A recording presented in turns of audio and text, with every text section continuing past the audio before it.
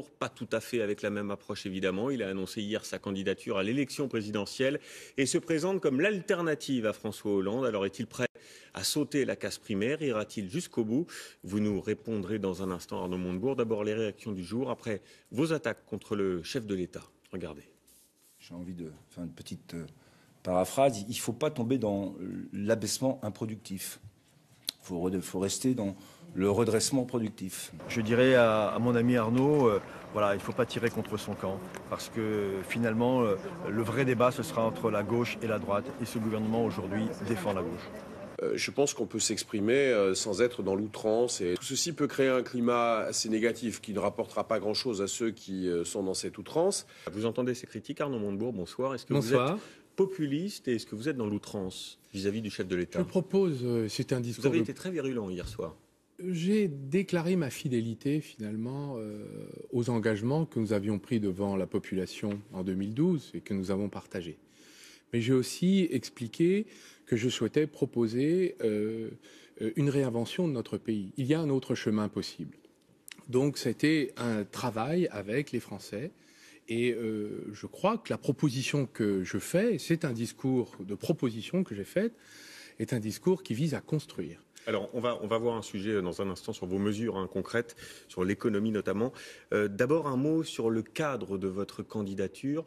Serez-vous candidat à cette primaire que vous avez tant défendue il y a encore peu? Je suis d'abord candidat devant les Français parce que l'élection présidentielle, c'est un dialogue direct avec un homme qui propose, ou une femme, et qui propose un chemin. Je propose un chemin. Néanmoins, je suis un des promoteurs de la primaire. J'ai même participé à son invention il y a quelques années. Donc je suis favorable à la primaire.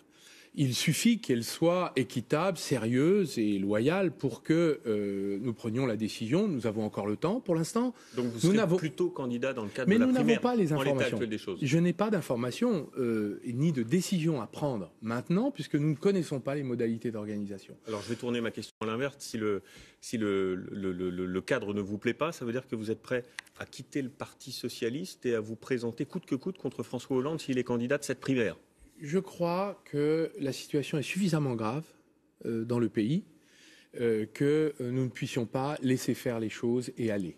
Nous avons besoin de montrer aux Français qu'il y a d'autres solutions pour notre pays que celles qui ont prévalu jusqu'à présent depuis maintenant un certain temps, et assez longtemps d'ailleurs, puisque finalement on a le sentiment que la droite, la gauche, les alternances passent, mais les politiques se ressemblent. Mais vous comprenez pourquoi je vous pose la question? Ma question, c'est est-ce que vous irez jusqu'au bout? Il y a 4 ans, vous avez été candidat à la primaire, vous avez montré aussi un autre chemin. Et puis, finalement, vous êtes rallié à François Hollande et vous êtes devenu son ministre. Est-ce que, ce coup-ci, on peut vous croire? Et la réponse à votre question est oui. Je suis déterminé à défendre des propositions alternatives pour réinventer la France. Nous avons un pays qui a perdu de sa substance, qui est en train de s'affaisser, et nous avons besoin de le reconstruire et de le relancer. Le monde ne nous attend pas, nous avons perdu beaucoup de temps. Les 5 prochaines années seront décisives et si nous ne nous ressaisissons pas, nous pouvons risquer très gros, et y compris une fragmentation de notre pays qui est en train, on voit les tensions monter. Alors, vos mesures, de façon très dure. Vos mesures, justement, et on va en parler de ça aussi. On va s'y arrêter un instant, beaucoup sur le changement institutionnel, un peu aussi sur l'économie et les grands thèmes régaliens, programme crédible et chiffrable. On s'est posé la question avec Jean-Baptiste Marteau et Philippe Boissry. C'est le cœur du projet d'Arnaud Montebourg, laisser filer les déficits pour financer ses promesses. C'est la fin de la limite fixée à 3% du PIB. Une mesure totalement contraire à tous les traités signés par la France depuis 25 ans. L'ancien ministre de l'économie promet également d'annuler l'ensemble des hausses d'impôts votées depuis 2011, un coût estimé à 50 milliards d'euros. Pour la financer, Arnaud Montebourg ne propose aucune mesure de réduction des dépenses de l'État. Autre proposition, l'attribution de 80% des marchés publics aux PME françaises. Là encore, cette mesure protectionniste est contraire aux principes de l'Union européenne, illégale à l'heure actuelle. Arnaud Montebourg, comme plusieurs responsables de gauche et de droite, souhaite le rétablissement du service militaire obligatoire. Son coût est estimé à 4 milliards d'euros par an, un montant jugé très élevé auquel il faudra rajouter la construction de casernes pour loger les appelés.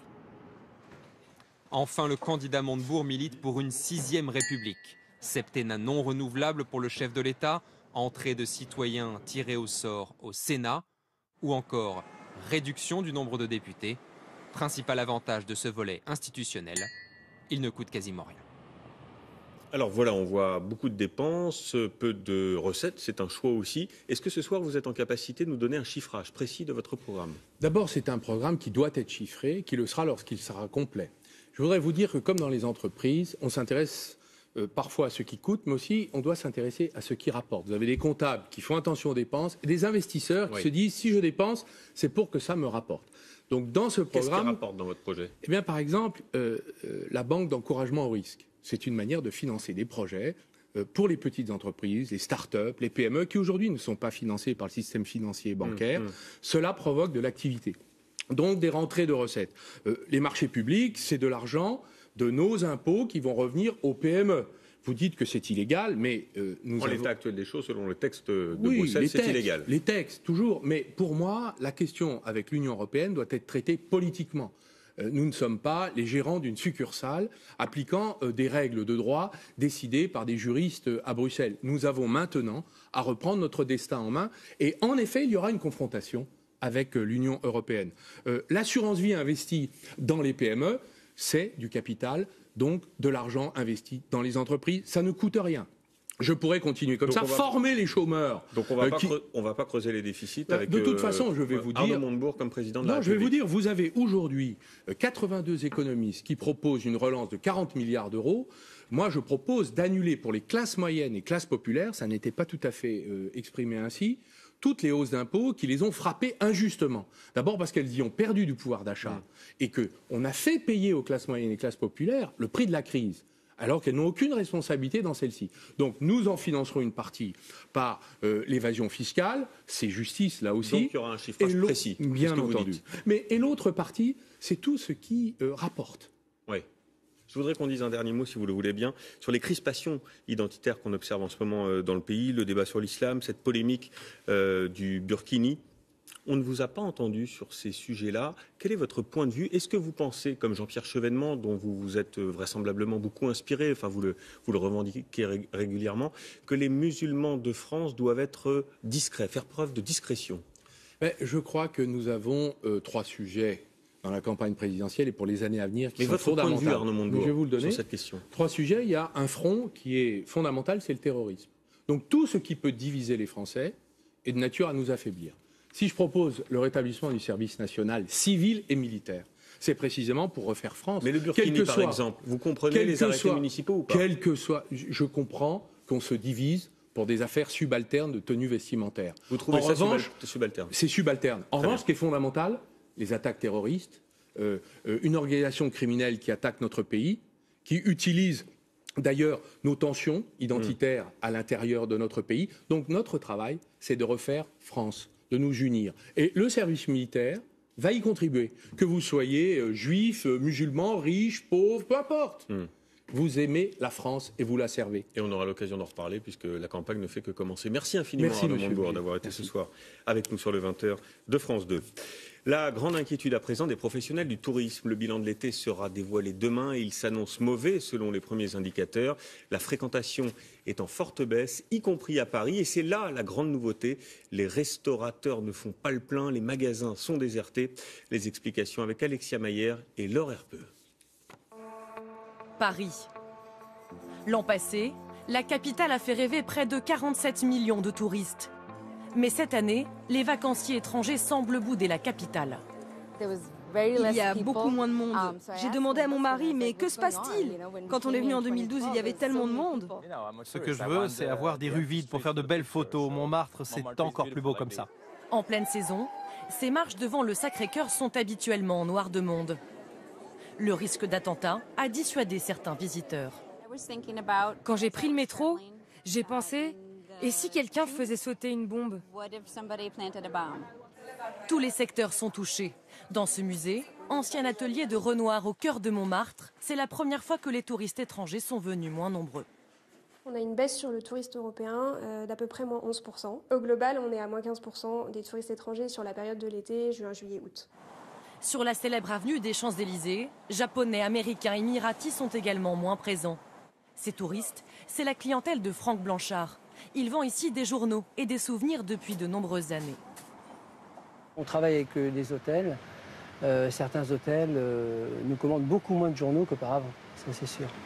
Les hôtels ont souffert d'une baisse de 10% de fréquentation au mois de juillet dernier. Et ce sont les établissements de luxe qui enregistrent la plus forte baisse. Alors c'est une baisse des réservations d'une part et puis aussi d'autre part des annulations qui se sont produites bien sûr après le tragique événement du 14 juillet. Mais les attentats ne sont pas la seule cause. Le Brexit et les grèves à répétition ont également eu un impact sur le tourisme cet été. Notre enquête conso, qui le sera lorsqu'il sera complet. Je voudrais vous dire que comme dans les entreprises, on s'intéresse parfois à ce qui coûte, mais aussi on doit s'intéresser à ce qui rapporte. Vous avez des comptables qui font attention aux dépenses et des investisseurs qui se disent si je dépense, c'est pour que ça me rapporte. Donc dans ce programme, qu'est-ce qui rapporte dans votre projet? Eh bien, par exemple, la banque d'encouragement au risque. C'est une manière de financer des projets pour les petites entreprises, les start-up, les PME qui aujourd'hui ne sont pas financées par le système financier et bancaire. Cela provoque de l'activité. Donc des rentrées de recettes. Les marchés publics, c'est de l'argent de nos impôts qui vont revenir aux PME. Vous dites que c'est illégal, mais nous avons... l'état actuel des choses, selon le texte de Bruxelles, c'est illégal. Les textes, toujours. Mais pour moi, la question avec l'Union européenne doit être traitée politiquement. Nous ne sommes pas les gérants d'une succursale appliquant des règles de droit décidées par des juristes à Bruxelles. Nous avons maintenant à reprendre notre destin en main. Et en effet, il y aura une confrontation avec l'Union européenne. L'assurance vie investie dans les PME, c'est du capital, donc de l'argent investi dans les entreprises. Ça ne coûte rien. Je pourrais continuer comme ça, former les chômeurs. Donc on ne va pas creuser les déficits avec de toute façon, je vais vous dire, Arnaud Montebourg comme président de la République. Je vais vous dire, vous avez aujourd'hui 82 économistes qui proposent une relance de 40 milliards d'euros. Moi, je propose d'annuler pour les classes moyennes et classes populaires, ça n'était pas tout à fait exprimé ainsi, toutes les hausses d'impôts qui les ont frappées injustement. D'abord parce qu'elles y ont perdu du pouvoir d'achat et qu'on a fait payer aux classes moyennes et classes populaires le prix de la crise, alors qu'elles n'ont aucune responsabilité dans celle-ci. Donc nous en financerons une partie par l'évasion fiscale, c'est justice là aussi. Donc il y aura un chiffrage précis. Bien entendu. Et l'autre partie, c'est tout ce qui rapporte. Oui. Je voudrais qu'on dise un dernier mot, si vous voulez. Alors, vos mesures, de façon très dure. Vos mesures, justement, et on va en parler de ça aussi. On va s'y arrêter un instant. Beaucoup sur le changement institutionnel, un peu aussi sur l'économie et les grands thèmes régaliens, programmes crédibles et chiffrables. On s'est posé la question avec Jean-Baptiste Marteau et Philippe Boissry. C'est le cœur du projet d'Arnaud Montebourg, laisser filer les déficits pour financer ses promesses. C'est la fin de la limite fixée à 3% du PIB. Une mesure totalement contraire à tous les traités signés par la France depuis 25 ans. L'ancien ministre de l'économie promet également d'annuler l'ensemble des hausses d'impôts votées depuis 2011, un coût estimé à 50 milliards d'euros. Pour la financer, Arnaud Montebourg ne propose aucune mesure de réduction des dépenses de l'État. Autre proposition, l'attribution de 80% des marchés publics aux PME françaises. Là encore, cette mesure protectionniste est contraire aux principes de l'Union européenne, illégale à l'heure actuelle. Arnaud Montebourg, comme plusieurs responsables de gauche et de droite, souhaite le rétablissement du service militaire obligatoire. Son coût est estimé à 4 milliards d'euros par an, un montant jugé très élevé auquel il faudra rajouter la construction de casernes pour loger les appelés. Enfin, le candidat Montebourg milite pour une 6e République. Septennat non renouvelable pour le chef de l'État, entrée de citoyens tirés au sort au Sénat, ou encore réduction du nombre de députés. Principal avantage de ce volet institutionnel, il ne coûte quasiment rien. Alors voilà, on voit beaucoup de dépenses, peu de recettes, c'est un choix aussi. Est-ce que ce soir vous êtes en capacité de nous donner un chiffrage précis de votre programme? D'abord, c'est un programme qui doit être chiffré. Vous le voulez bien. Sur les crispations identitaires qu'on observe en ce moment dans le pays, le débat sur l'islam, cette polémique du burkini, on ne vous a pas entendu sur ces sujets-là. Quel est votre point de vue? Est-ce que vous pensez, comme Jean-Pierre Chevènement, dont vous vous êtes vraisemblablement beaucoup inspiré, enfin vous le revendiquez régulièrement, que les musulmans de France doivent être discrets, faire preuve de discrétion? Je crois que nous avons 3 sujets dans la campagne présidentielle et pour les années à venir qui sont fondamentaux. Point de vue, Arnaud Montebourg, je vais vous le donner. Sur cette question. 3 sujets. Il y a un front qui est fondamental, c'est le terrorisme. Donc tout ce qui peut diviser les Français est de nature à nous affaiblir. Si je propose le rétablissement du service national civil et militaire, c'est précisément pour refaire France. Mais le Burkini, par exemple, vous comprenez les arrêtés municipaux ou pas? Quel que soit, je comprends qu'on se divise pour des affaires subalternes de tenue vestimentaire. Vous trouvez ça subalterne? C'est subalterne. En revanche, ce qui est fondamental, les attaques terroristes, une organisation criminelle qui attaque notre pays, qui utilise d'ailleurs nos tensions identitaires à l'intérieur de notre pays. Donc notre travail, c'est de refaire France, de nous unir. Et le service militaire va y contribuer. Que vous soyez juif, musulman, riche, pauvre, peu importe. Vous aimez la France et vous la servez. Et on aura l'occasion d'en reparler puisque la campagne ne fait que commencer. Merci infiniment Arnaud Montebourg d'avoir été ce soir avec nous sur le 20h de France 2. La grande inquiétude à présent des professionnels du tourisme. Le bilan de l'été sera dévoilé demain et il s'annonce mauvais selon les premiers indicateurs. La fréquentation est en forte baisse, y compris à Paris. Et c'est là la grande nouveauté.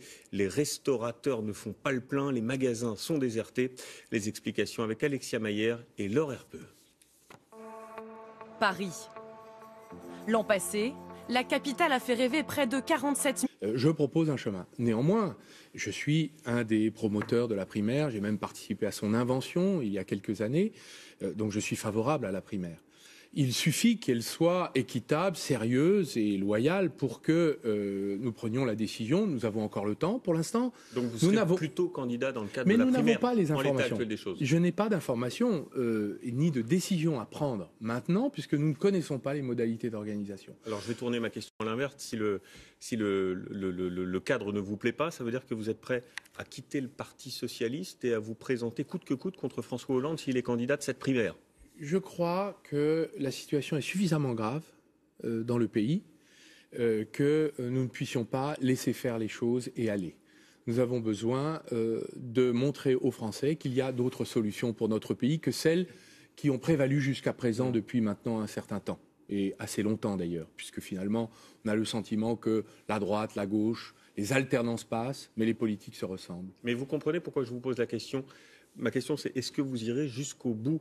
Il y a 4 ans, vous avez été candidat à la primaire, vous avez montré aussi un autre chemin. Et puis, finalement, vous êtes rallié à François Hollande et vous êtes devenu son ministre. Est-ce que, ce coup-ci, on peut vous croire?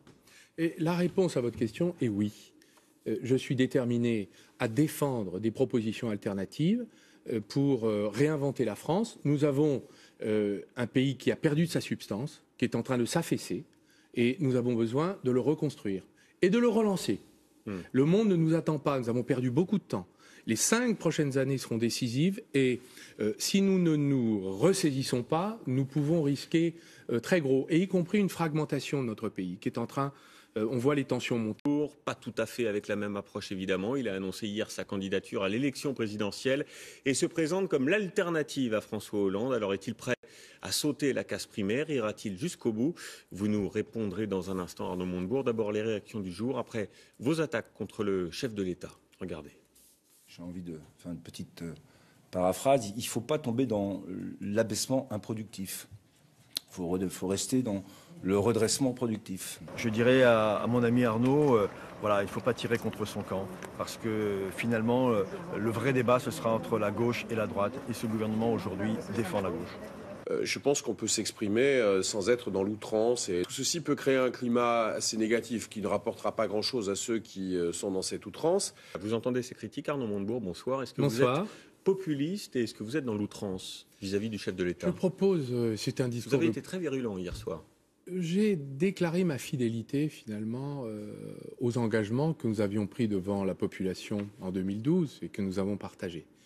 Mais j'ai aussi expliqué que je souhaitais proposer une réinvention de notre pays. Il y a un autre chemin possible. Donc c'était un travail avec les Français et je crois que la proposition que je fais, c'est un discours de proposition que j'ai fait, est un discours qui vise à construire. Alors, on va voir un sujet dans un instant sur vos mesures concrètes, sur l'économie notamment. D'abord, un mot sur le cadre de votre candidature. Serez-vous candidat à cette primaire que vous avez tant défendue il y a encore peu? Je suis d'abord candidat devant les Français parce que l'élection présidentielle, c'est un dialogue direct avec un homme qui propose, ou une femme, et qui propose un chemin.